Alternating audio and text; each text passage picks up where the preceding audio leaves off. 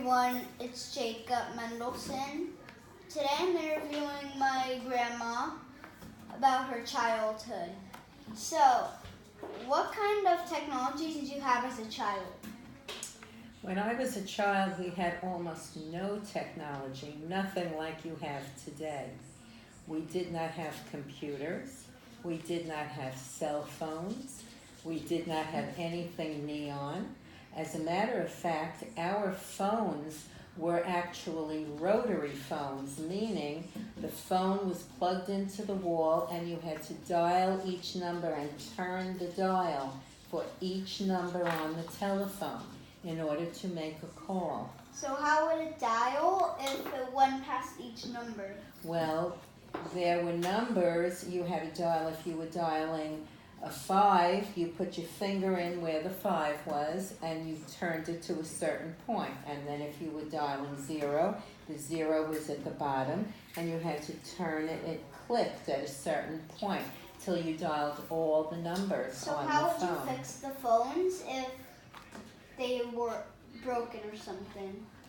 The only way to fix the phones was to call the phone company, and you'd actually have to get a new phone. How do you call the phone company if it's broken? From a different phone or from a neighbor's phone. We also didn't have television in those years like you have today. We had TV, but we had black and white television, and you had a manual dial. There was no such thing as remote control.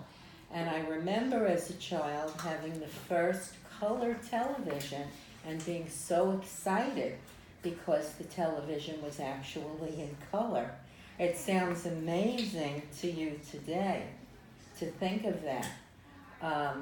What other lack of technology did we have? So we didn't have cell phones, we didn't have pagers or beepers, which you probably don't know about either, because that was before cell phones.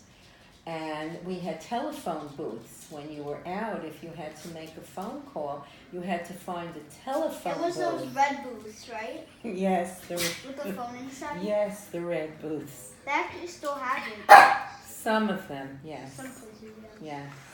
Yes. So, next question. What was your family like?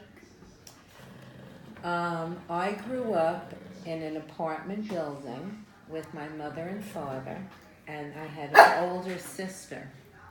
However, my older sister was hard of hearing, almost deaf, and she wore a hearing aid. And in those years, there were no classes for children who needed help. And so I really had to take care of her, even though she was older than I was. Both my mother and father worked. And I used to have to come home from school and start cleaning the house and start cooking dinner and helping my sister with anything that she needed. Did you have any more siblings or just that one? Just the one sibling. Okay. 3.